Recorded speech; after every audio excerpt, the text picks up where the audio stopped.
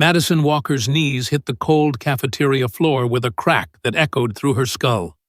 Water from her soaked hair dripped into her eyes, blurring the metal dog bowl inches from her face. The laughter around her sounded like breaking glass, sharp and cruel, cutting through whatever was left of her dignity. "Come on, Madison, we're waiting." Ethan Sullivan's voice came from above, dripping with the kind of casual cruelty that only comes from years of practice. His Nike sneaker pressed between her shoulder blades, forcing her lower. "Your lunch is getting cold." The bowl wasn't meant for humans. That was the point. Its scratched metal surface reflected her distorted face back at her red eyes. Trembling lips. Everything she'd tried so hard to hide for 30 days at Westmont High.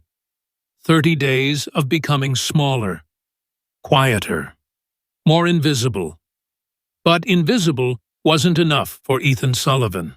Before I continue Madison's story, if this is touching your heart already, please take a second to hit that like button. It helps more people discover these important stories about standing up to bullying.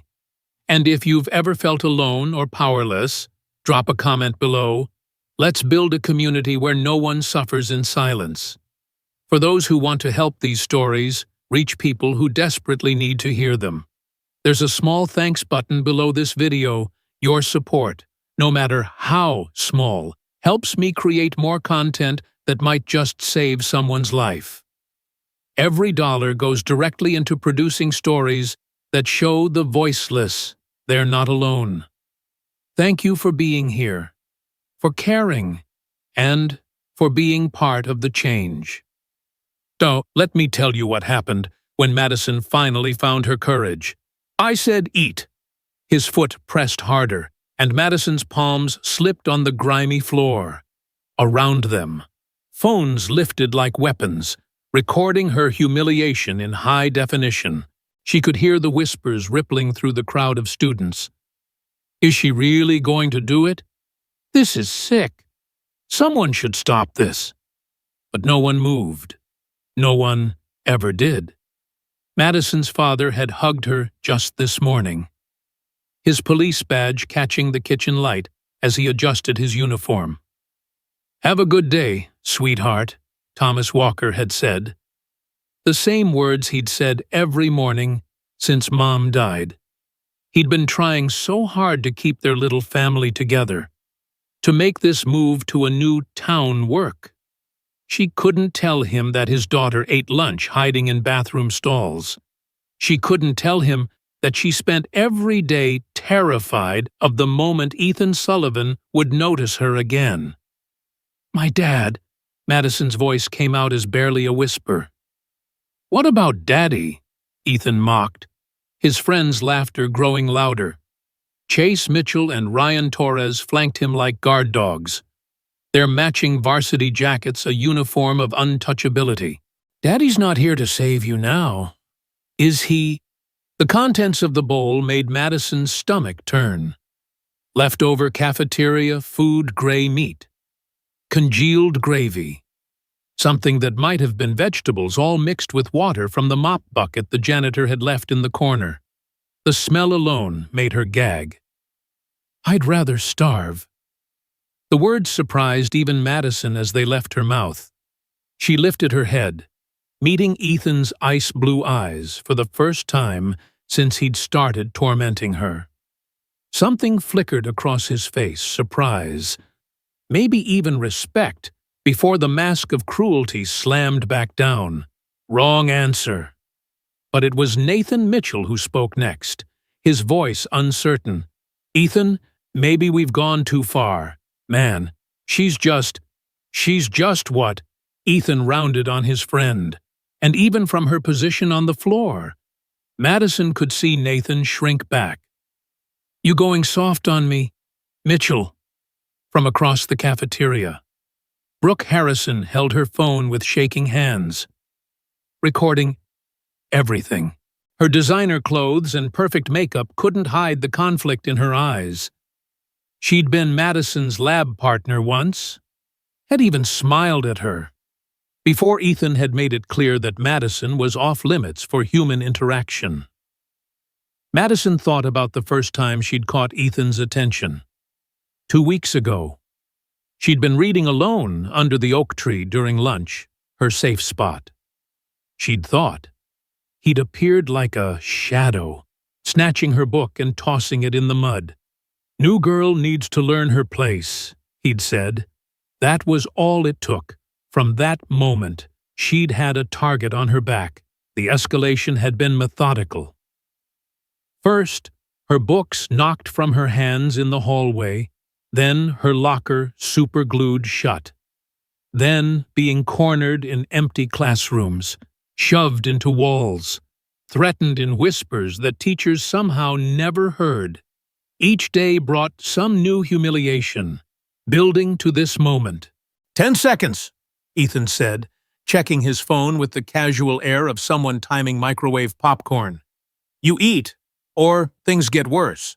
And trust me, Madison, I've got all kinds of ideas for worse." Movement in the cafeteria doorway caught Madison's eye. For one heart-stopping moment, she thought it was a teacher, but the figure melted back into the shadows. She recognized the broad shoulders, the Sullivan jaw, Marcus, Ethan's older brother, watching from the darkness like he was supervising his protégé. 5 seconds. Madison's hands trembled as she reached for the bowl. Every instinct screamed at her to run. But where would she go? This wasn't just about today. This was about tomorrow, and the next day, and every day until graduation. Unless... Time's up. Ethan grabbed a handful of her wet hair, yanking her head back. The pain shot through her scalp like electricity. "I gave you a chance to do this easy. Stop!" The scream cut through the cafeteria like a blade. Every head turned to see Brooke Harrison standing on a table, her phone clattering to the floor. "Just stop it. This is insane." For a moment, the spell broke. Students looked around as if waking from a trance, seeing the scene with fresh eyes, a girl on her knees, a boy standing over her, a dog bowl between them. The weight of their collective silence suddenly felt suffocating. Ethan's grip on Madison's hair loosened just enough. She jerked away, scrambling to her feet on unsteady legs. Her knee banged against the bowl, sending its contents splashing across the floor. The foul liquid soaked into Ethan's expensive sneakers. "You little—" He reached for her, but Madison was already backing away. "My dad will know about this." The words came out steadier than she felt. All of it. Ethan's laugh was sharp as broken glass. "You're cop daddy. You think I'm scared of some small-town badge." He stepped closer, and Madison could smell the expensive cologne that couldn't quite mask the rot underneath. "My family owns half this town. Your daddy works for people like us." But something had shifted in the cafeteria. The phones were still recording, but now they weren't just capturing Madison's humiliation, they were documenting Ethan's cruelty. Whispers rippled through the crowd, and not all of them were amused anymore. "Ethan." Marcus Sullivan's voice carried across the cafeteria with quiet authority. "Enough!" Ethan's jaw clenched, but he stepped back. As he turned to follow his brother, he leaned close to Madison, his whisper meant for her alone. "This isn't over, not even close." Madison stood there, soaked and shaking. As the cafeteria slowly returned to life around her, students turned back to their lunches, their conversations, their normal lives. But nothing would be normal for Madison again. She'd defied Ethan Sullivan, and in the hierarchy of Westmont High, that was a death sentence. She made it to the bathroom before the tears came, locking herself in the farthest stall and letting her body shake with silent sobs. Her phone buzzed a text from an unknown number. She almost didn't open it. But something made her look. The message was just a video file. She recognized the scene immediately herself. On her knees, Ethan standing over her. But this wasn't from any of the angles she'd seen in the cafeteria. This was from above, from someone who'd been watching the whole time. The video quality was too good to be a phone. Security footage. Another text appeared. Your father isn't the only one who sees everything. A friend. Madison stared at the messages, her mind racing. Someone had access to the school's security system. Someone was watching. Someone might actually be on her side. 5 hours later, Thomas Walker knew something was wrong the moment his daughter walked through the front door. 20 years as a cop had taught him to read body language. And Madison screamed of trauma she was trying desperately to hide. "Hey, sweetheart," he called from the kitchen, keeping his voice light. "How was school?" "Fine." Madison headed straight for the stairs, but not before Thomas caught sight of her red-rimmed eyes and still damp hair. "Madison." The cop voice gentle but commanding. She stopped, but didn't turn around. "Want to tell me why your hair's wet?" "Got caught in the rain. It didn't rain today." Her shoulders started to shake.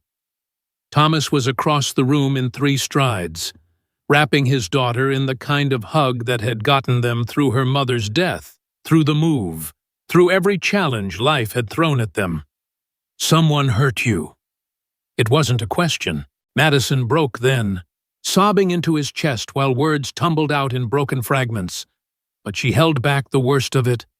The dog bowl, the depth of humiliation. She couldn't bear to see the look in his eyes if he knew how far she'd let it go. "There's this boy," she whispered. "Ethan Sullivan. He's been making things hard." Thomas Walker's blood turned to ice at the name. The Sullivan family he'd already heard whispers at the station. Money, influence, and rumors of connections that ran deeper and darker than anyone wanted to investigate. But this was his daughter, his little girl. "How long?" he asked, fighting to keep the rage out of his voice. "A couple weeks. It's getting worse." Thomas pulled back, studying his daughter's face. There was more she wasn't saying. He could see it in the way her eyes darted away, the way her hands clenched and unclenched. But pushing would only make her retreat further. "Okay," he said finally. "We're going to handle this. Together." Madison went to her room, and Thomas went to his home office. His fingers flew across the keyboard, pulling up everything he could find on Ethan Sullivan. 18 years old, senior, stellar grades that didn't match his reputation. 3 sealed juvenile records that Thomas didn't have the authority to open yet. His phone buzzed. A blocked number had sent a video file. Thomas watched his daughter forced to her knees, watched the dog bowl, watched Ethan Sullivan destroy his little girl's dignity, while dozens of students did nothing. His hands shook with a rage so pure it felt like fire in his veins.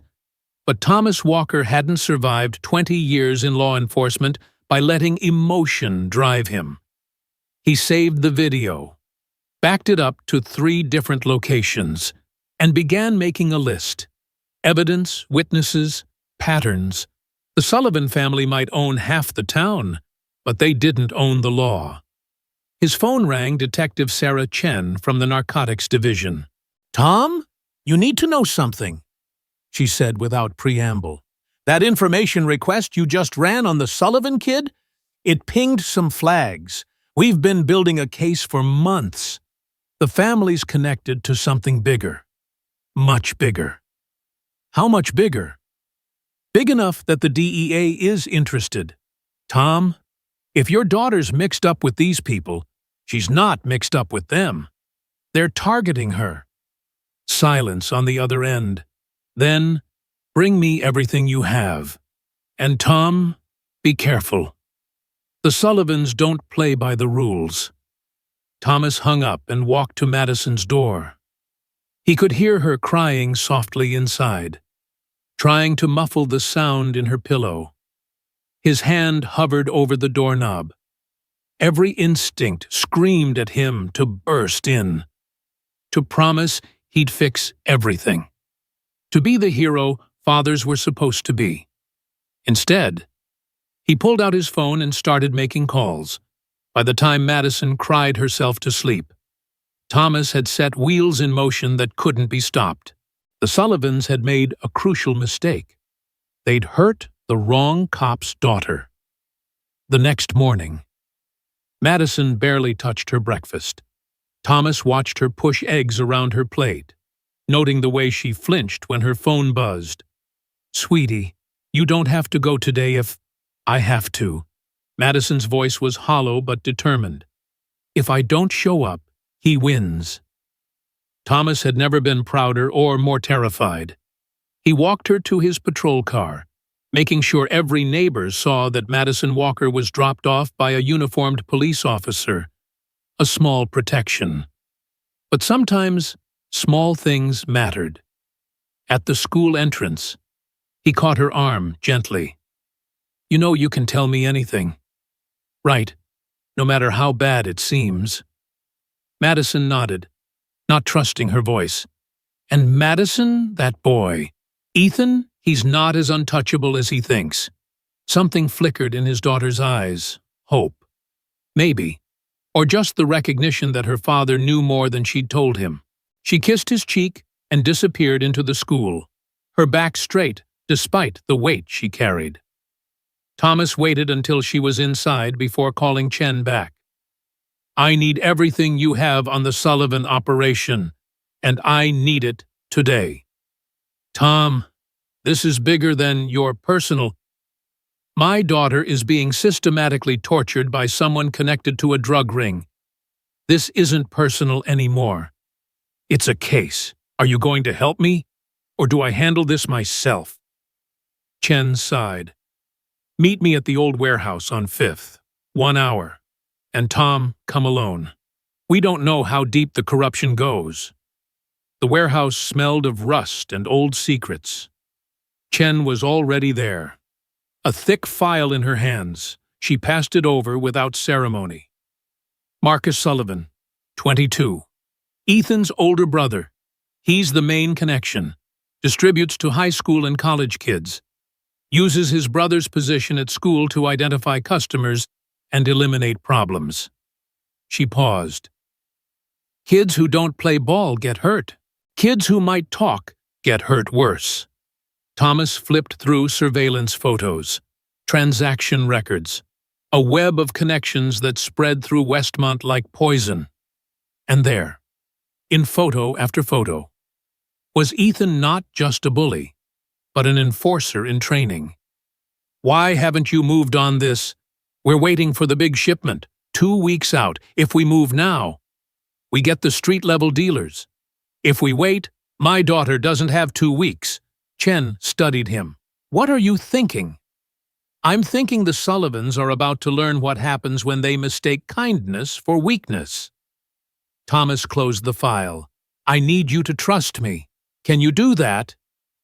"You're going to do something stupid." "No, I'm going to do something smart, but I need backup when the time comes." Meanwhile, at Westmont High, Madison discovered her locker had been decorated overnight. Photos of dogs covered every inch, with "woof woof" spray painted across her textbooks inside. Students snickered as they passed, and she heard the whispers following her down the hall. "Did you see the video? I heard she actually did it." "Ethan says there's more coming." In first period, she found a note on her desk. "Dogs eat in the parking lot today. Don't be late." Her hands shook as she crumpled the paper. Running wasn't an option. Ethan would just escalate. Fighting back seemed impossible. He had an army. She had no one. But as she sat there, surrounded by students who avoided her eyes, Madison made a decision. She wasn't going to be afraid anymore. When the lunch bell rang, Madison didn't go to the cafeteria. She didn't hide in the bathroom. She walked straight to the main office and asked to see Principal Rodriguez. "I need to report systematic bullying and harassment," she said, her voice carrying through the waiting area. Several students looked up, surprised. "And I have evidence." The secretary's eyes widened. I'll see if he's available." "He'll be available," Madison said, pulling out her phone. "Because if he's not, my next call is to the school board, and then the news stations." Behind her, a freshman she'd never met whispered to his friend, "Is she really standing up to Ethan Sullivan?" Word spread like wildfire. By the time Principal Rodriguez ushered Madison into his office, half the school knew something big was happening, and in the shadows of the parking lot, Ethan Sullivan's phone buzzed with warning after warning. The new girl wasn't playing by the rules anymore, and neither was her father. Principal Rodriguez's office smelled like coffee and cowardice. Madison sat across from him, watching his face cycle through expressions as the video played on her phone. When Ethan's voice commanded, "Eat," and his foot pressed into her back, the principal's coffee mug trembled in his hand. "This is disturbing," Rodriguez finally managed, setting down his mug with a clatter. "But you have to understand, accusations against the Sullivan family require careful consideration." "Careful consideration," Madison's voice cracked. "He tried to make me eat from a dog bowl, in front of everyone. And you want to be careful. Miss Walker, I understand you're upset." "Upset." Madison stood, her chair scraping against the floor. "I have 37 text messages threatening me. I have photos of my vandalized locker. I have video evidence of assault. What else do you need?" Rodriguez's eyes darted to his door, as if expecting someone to burst through. "The Sullivan family has been part of this community for generations. Perhaps there's been a misunderstanding. You're scared of them." The realization hit Madison like cold water. "You're actually scared of them." Before Rodriguez could respond, his phone rang. He answered with visible relief, his face paling as he listened.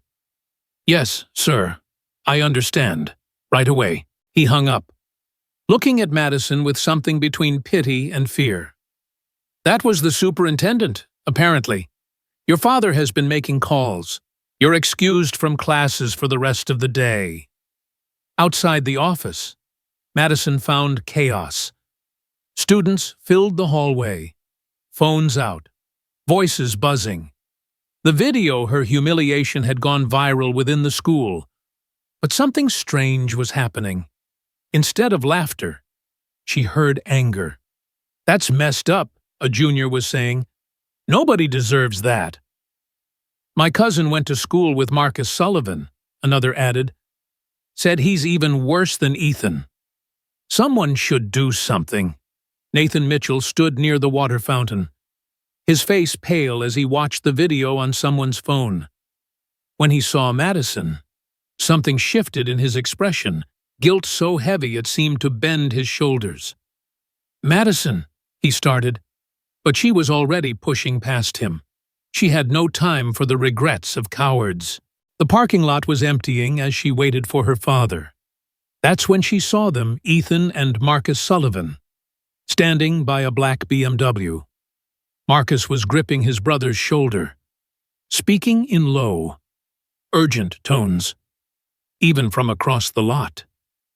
Madison could see Ethan's face, red, furious, scared.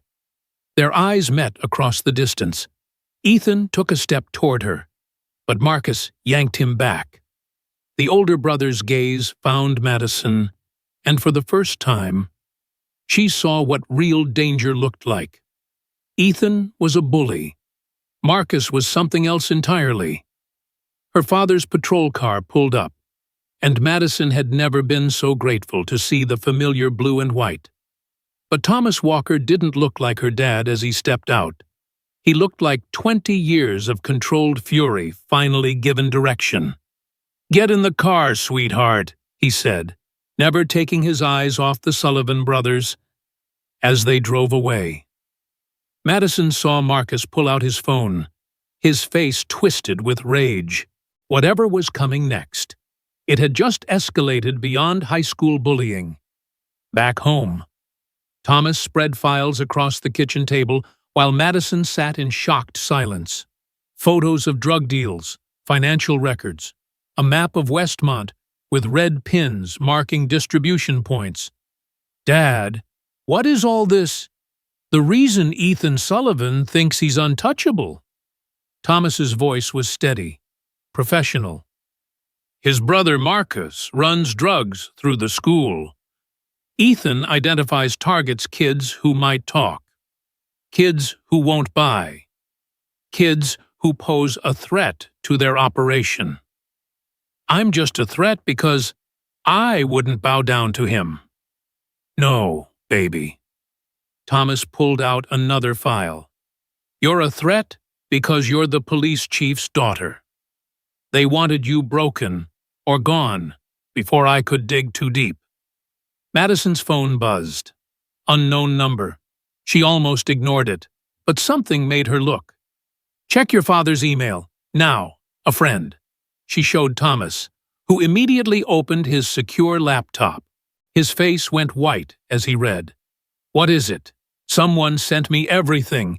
Financial records, audio recordings, even—" He turned the screen toward her. "Security footage from school, not just the cafeteria incident, but weeks of harassment, all time-stamped and catalogued." Who would do this? Before Thomas could answer, his phone rang. Chen's name on the screen. "We have a problem," Chen said, her voice tight. "Marcus Sullivan just made a call. My informant says they're moving the shipment tonight instead of 2 weeks. And Tom, they mentioned your daughter." Thomas was already reaching for his service weapon. "Where?" "The old Sullivan warehouse.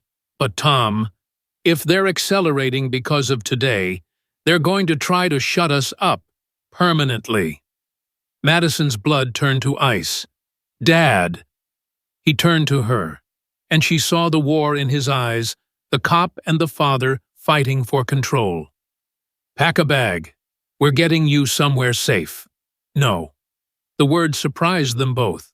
"I'm done running. I'm done hiding. They turned my life into hell because they thought I was weak. But I'm not weak. I'm your daughter. Madison. If you send me away now, they win, and kids like me keep suffering." She stood, her mother's steel in her spine. "I trust you to keep me safe. Trust me to be brave." Thomas studied her for a long moment, then made a decision that would change everything. Chen, change of plans. We're going on offense." 2 hours later, Madison sat in the back of an unmarked van, wearing a wire taped under her shirt. Agent Diana Foster from the DEA checked the equipment one more time. "You don't have to do this," Foster said.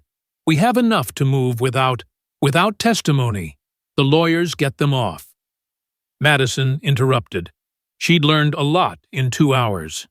"Without me, Ethan goes free and finds another victim. I'm doing this." Through the van's monitors, they could see the parking lot of Westmont Pizza, the Sullivan brothers' favorite hangout.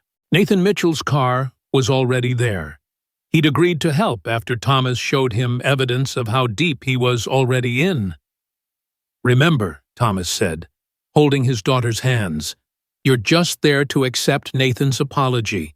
That's all. If anything feels wrong, signal phrase is, 'I need to call my mom.'" Madison squeezed back.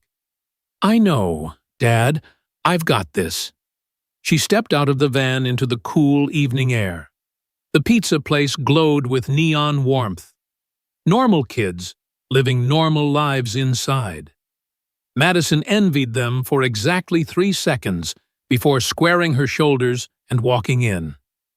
The Sullivan brothers sat in a corner booth, Nathan across from them looking like he might vomit.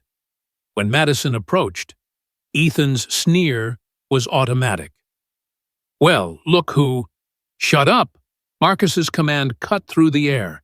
His eyes tracked Madison like a predator. "Sit." She slid in next to Nathan, who was shaking. "I'm sorry," he blurted out. "About everything. I should have stopped it." "You should have," Madison agreed, her voice steady despite her racing heart. "But you're here now." "Touching," Marcus drawled. "Nathan here says you might be willing to forget all this unpleasantness. Says your daddy might back off if we apologize real nice." Madison felt the wire against her skin, knew every word was being recorded. "My father does his job. I can't control that." "But you could influence him." Marcus leaned forward. "See, we have a business to run. Your daddy's attention is bad for business, so here's what's going to happen. You're going to convince him to look elsewhere. Or things get worse, much worse. Are you threatening me? I'm explaining reality." Marcus smiled, and it was somehow worse than Ethan's sneer. "See, what my baby brother did with the dog bowl, that was kid stuff. I know people who can make you disappear, make your daddy disappear, unless you play smart." In the van, Thomas's fists clenched. Chen put a restraining hand on his arm. "Wait," she whispered. "We need more." "More?" Madison's voice stayed remarkably calm. "Like your drug operation at school." The booth went silent. Ethan's face drained of color. "Marcus, she knows—" "Quiet." Marcus's eyes never left Madison. "You're either very brave or very stupid, little girl." "I'm neither. I'm just done being afraid." Madison pulled out her phone, showing them a photo Marcus making a deal behind the school. "Your business is over. The only question is whether you go down for drugs or for threatening a federal witness." "You're wearing a wire." It wasn't a question. Marcus's hand moved toward his pocket. "Gun!" Nathan shouted, diving sideways. Everything happened at once. The door burst open. Federal agents flooding in. Marcus's hand came out with a pistol. Madison hit the floor as Thomas's voice roared over the chaos. "Drop the weapon! Now!" The pizza place erupted in screams and shattered glass. Madison stayed low, Nathan half covering her, both of them trembling. She heard the crack of gunfire, commands being shouted. Ethan's voice high and terrified. Then sudden silence except for the ringing in her ears. "Clear!" someone shouted. "Suspect down. Need medical now." Madison looked up to see Marcus on the floor, clutching his shoulder where a federal agent's bullet had struck. Ethan was against the wall, hands cuffed behind his back, tears streaming down his face. He looked exactly like what he was, a scared 18-year-old who'd gotten in way over his head. Thomas was there, pulling Madison into his arms, checking her for injuries. "I'm okay," she whispered. "Dad, I'm okay." But she wasn't. Not really, none of them were. The next morning, Westmont High looked like a crime scene. Federal agents interviewed students while parents demanded answers. The Sullivan drug ring had been bigger than anyone imagined, dozens of students involved as dealers or customers. A network of fear and addiction that had poisoned the entire school. Madison walked through the halls like a ghost. Some students stared at her with awe, others with resentment. She'd brought down the Sullivans, but she'd also exposed secrets many wanted kept hidden. Brooke Harrison intercepted her at her locker, her cleaned, repaired locker. "I'm sorry," Brooke said quietly. I should have done something sooner. We all should have. Why didn't you? Brooke's perfect makeup couldn't hide the shame. Because I was scared. Because it was easier to look away. Because, she swallowed hard. Because I was a coward. Over the next week, the story unfolded in pieces. Marcus Sullivan pleaded guilty to drug trafficking and attempted assault on a federal witness, 25 years minimum. Ethan, tried as an adult for his role in the operation, faced 5 years but would likely serve 2 with good behavior. It was during Ethan's sentencing that Madison made a decision that shocked everyone, including herself. Your Honor, she stood in the courtroom, Thomas beside her. I'd like to make a statement. The judge nodded. Madison turned to face Ethan, who sat shrunken in his orange jumpsuit. You terrorized me, she began. You tried to break me down, make me feel worthless, for a while. It worked. But here's what you didn't understand: cruelty is learned. And if it's learned, it can be unlearned. She took a breath, feeling her father's steady presence. I'm asking the court to consider rehabilitation over pure punishment.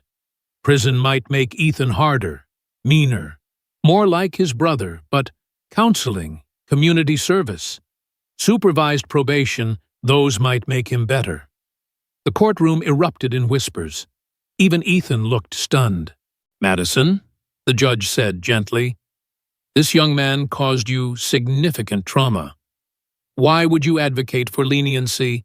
Because someone has to break the cycle.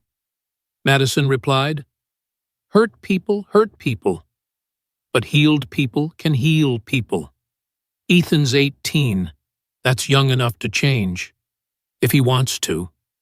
She looked directly at her former tormentor. The question is, do you want to? Ethan's voice came out broken. I don't know how to be different. That's the first honest thing you've ever said to me. Madison turned back to the judge. I'm not saying no consequences. I'm saying meaningful consequences. Ones that might actually create change instead of just more anger. The judge considered for a long moment. The court is moved by Miss Walker's statement. Ethan Sullivan. You are sentenced to 2 years incarceration. Suspended contingent on 5 years probation. 2,000 hours of community service focused on anti-bullying programs, mandatory psychological counseling, and regular drug testing. Violate any condition. And you serve the full sentence plus additional time. As they led Ethan away, he looked back at Madison. Why, he mouthed. Because someone should have done it for you, she said quietly, thinking of the boy who'd been taught cruelty instead of kindness, violence instead of value, 6 months later. Madison stood before the entire school at a special assembly. The auditorium was packed, students, teachers, parents, media. She'd been asked to speak about her experience, about what had changed. Silence is the oxygen that feeds violence, she began, her voice carrying to the farthest corners. Every time we look away, every time we choose our own comfort over someone else's safety, we give bullies power. She pulled up her sleeve, showing faint scars from where she'd hurt herself during the darkest days. These are what silence costs. But silence isn't just from victims, it's from witnesses. Everyone who saw my humiliation and did nothing. Everyone who knew about the drugs and stayed quiet. Everyone who chose easy over right. The auditorium was dead silent. But here's what I learned. Courage is contagious. When Brooke Harrison stood on that table and yelled, "Stop!" she gave others permission to care. When Nathan Mitchell chose truth over tribe, he showed others it was possible.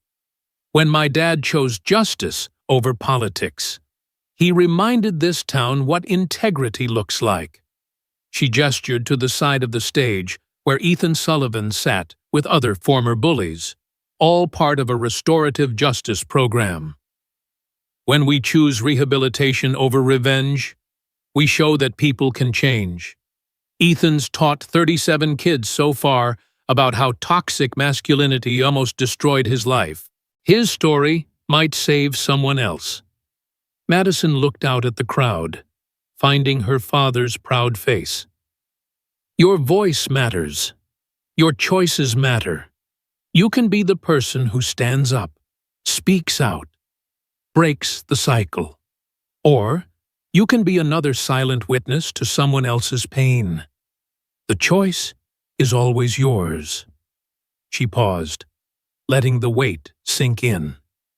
But know this somewhere. Someone is praying for the courage you already have. Someone is drowning in the silence you could break. Someone needs you to be the hero you're waiting for someone else to be.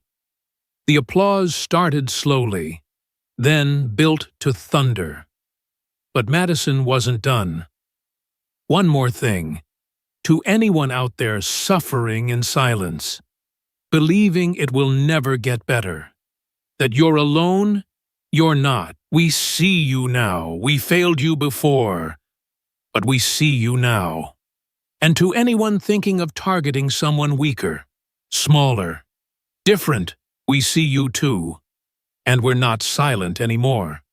As she left the stage, Madison passed the memorial. They'd installed a bronze plaque listing the names of students who'd taken their own lives over the years, victims of bullying whose stories had been buried with them. She touched it gently, a promise to the lost that their deaths wouldn't be meaningless.